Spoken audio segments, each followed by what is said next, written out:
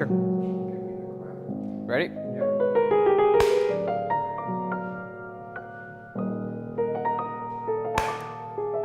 I always like to.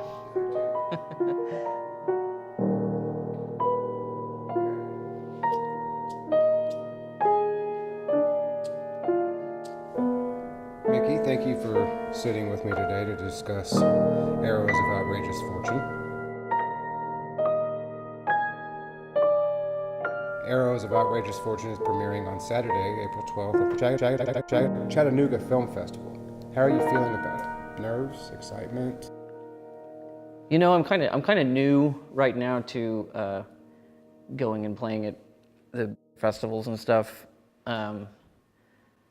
So I'm always very, very excited. I've made some friends now in that circuit, and so it's always fun to see them and everything. It's always fun to be a part of it, and it's just you know, it's like going on tour with a band or something. And basically, this one will be, because there's 4 or 5 of us going, staying in a big like Airbnb and just having like a ball for the weekend and celebrating our achievement, if you will. How it's going to be received, I have no idea. Who's to say? I think Arrows is probably the most like accessible movie I've done. So I don't know if that's a good or bad thing.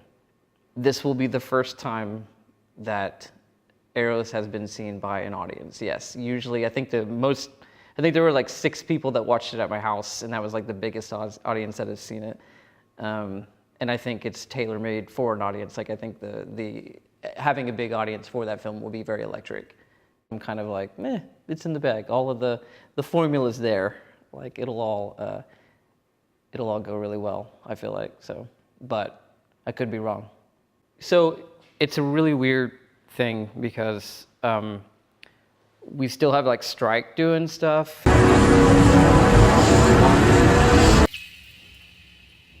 So it's just kind of like whatever we can scoop up in between there, because Arrows was not meant to have a strategy or anything. It was something we did for fun. The origins of it are that we had finished Strike Dear Mistress, and we had a long wait. We had a long wait, a good like 8 months or something, where we were waiting for that to premiere. And so during that time, it was kind of like, well, what do you guys want to do now? Let's make a movie. You know, we've always made movies before.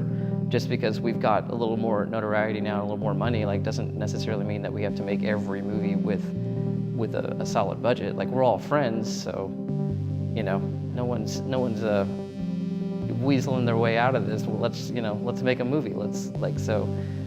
To me and Mary and Alex and Kinsey and Kate and Mason and Dallas and Michaeline, everybody involved in the movie, it was just a matter of like, let's go have some fun. So we went and shot for like 5 or 6 days and just had fun doing what we love, because we do this for fun. I mean, there is a loose plot, but I mean, mostly it's a hangout movie, and it's a chamber comedy, I think is how you would describe it. But so the characters always come first, and so basically we need this, something here needs to happen. This person needs to, so and I need to incorporate this actor. So basically the story writes itself. It all becomes like a subconscious thing, which sounds pretentious, but I mean, you know, whatever job you do, if you're used to doing a job, you're not really thinking about doing the job. The job is happening. The job is coming natural. And so it's kind of like that with every movie I do. If the script doesn't write itself, then I move on to something else. The script should always write itself because of the characters. When you're close personal friends with the actor, it's easy to write a character for them because you know them, you know their strengths. What are your personal feelings about this movie? Did it turn out the way that you wanted it to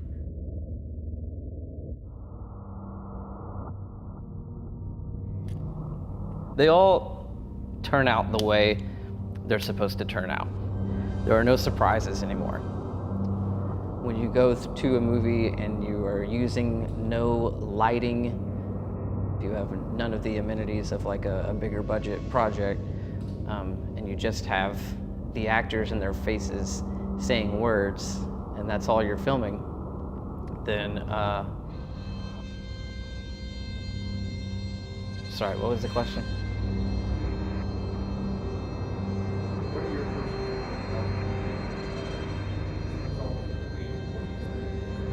Oh, right, wanted it to be from the start. Yeah, so there aren't any surprises anymore in that realm. Like it's I know exactly what it's gonna be before I make it, and it doesn't ever come out any different anymore. It's kind of sad, really. Me? I'm fine. I've been better.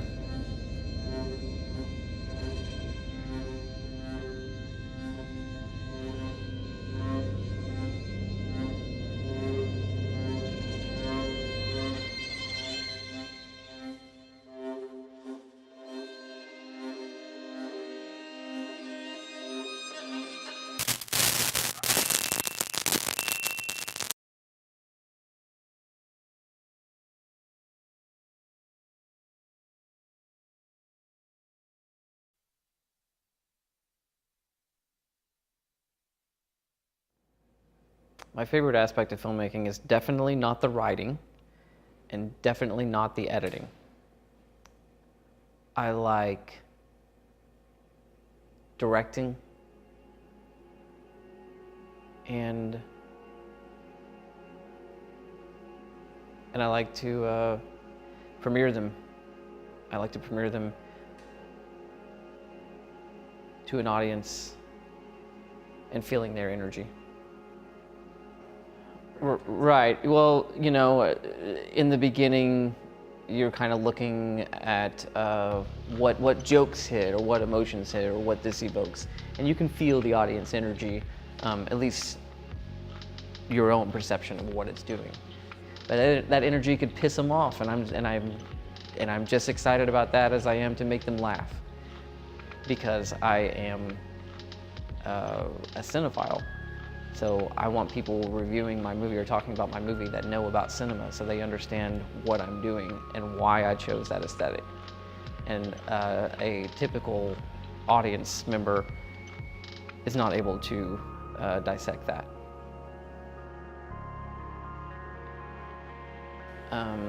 The cool thing about showing the older movies when we do those screenings is I haven't seen them in so long. I hadn't seen Tarsus in years. Like, actually sat and watched it in years. Or watching T-Rex with an audience. We showed T-Rex.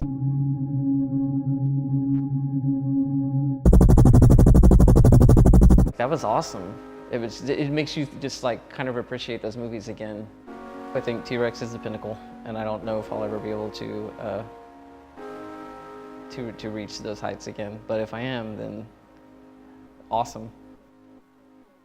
You edit all of your films, correct? Mm-hmm. I hate it, but then it's either I do that or I trust somebody else with it, and I just haven't found that person. And it wears on you. It does stuff to your mind, just staring at a screen all day. Ugh, I don't even want to think about it. I'm gonna go home and do it, but it sucks. Like, I'm not over there like having just like cracking up and having a blast. You know, it's the worst. Why would I want to sit around? I'd rather go to a bar and get in a fight, you know?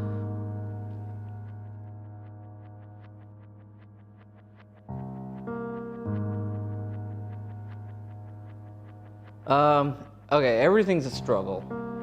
It's always a struggle, especially getting to the place where you're actually there working on the movie. That's always a struggle. If it stays at the same rate and it's as big of a struggle, or if it gets to be a bigger struggle and I'm not able to handle it, then, you know, I'll probably only make 2 or 3 more films and then die. If it doesn't get any easier, because it's not easy. Now, getting to the point of making the movie, that's a blast. That's fun. That's great. The energy is incredible. It's so fun. It's just like getting high. It's fucking heroin. You know, it's so good, so fun, and addicting. And that's why you go through all the bullshit to get to that point. Like, you know what I mean? Shit like that, where and then we cut. Oh, you know, and that happens all the time. That's always amazing. That's the fun. That's the energy. That's the fun of it. When you're sitting there making, and then like you like try not to laugh, and then cut, and then everybody's just like, oh my God, that was amazing. Okay, let's set up for the next thing. You know, I could get better if I was more consciously aware when I'm directing, instead of just making it like this energy thing. You know, so it's always more about the energy than it is, you know, about the technique. It's not fun, it sucks. Unless you're just like expressing yourself, like how can it be fun? Well, what drew you to that? You know what I mean? If it's not expression. That's probably the most optimistic I am about anything, is like a horror story on set and like a problem solving. Because otherwise I'm extremely negative about everything.